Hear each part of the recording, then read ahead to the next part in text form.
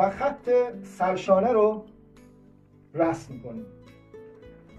بچه‌ها سایز این پالتویی که بهتون آموزش میدم سایزش 48 داره. پس سایز پالتوی ما سایز 48 داره.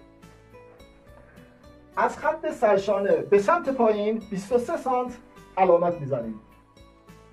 23 سانت از خط سرشانه به سمت پایین علامت میزنیم و خط چپ حلقه یا همون خط سینه رو رسم میکنیم.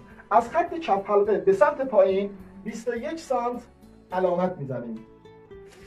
پس از خط چپ حلقه یا همون خط سینه 21 سانت علامت میزنیم و خط کمر رو رسم میکنیم. از خط کمر به سمت پایین 20 سانت ثابت علامت میزنیم. 20 سانت ثابت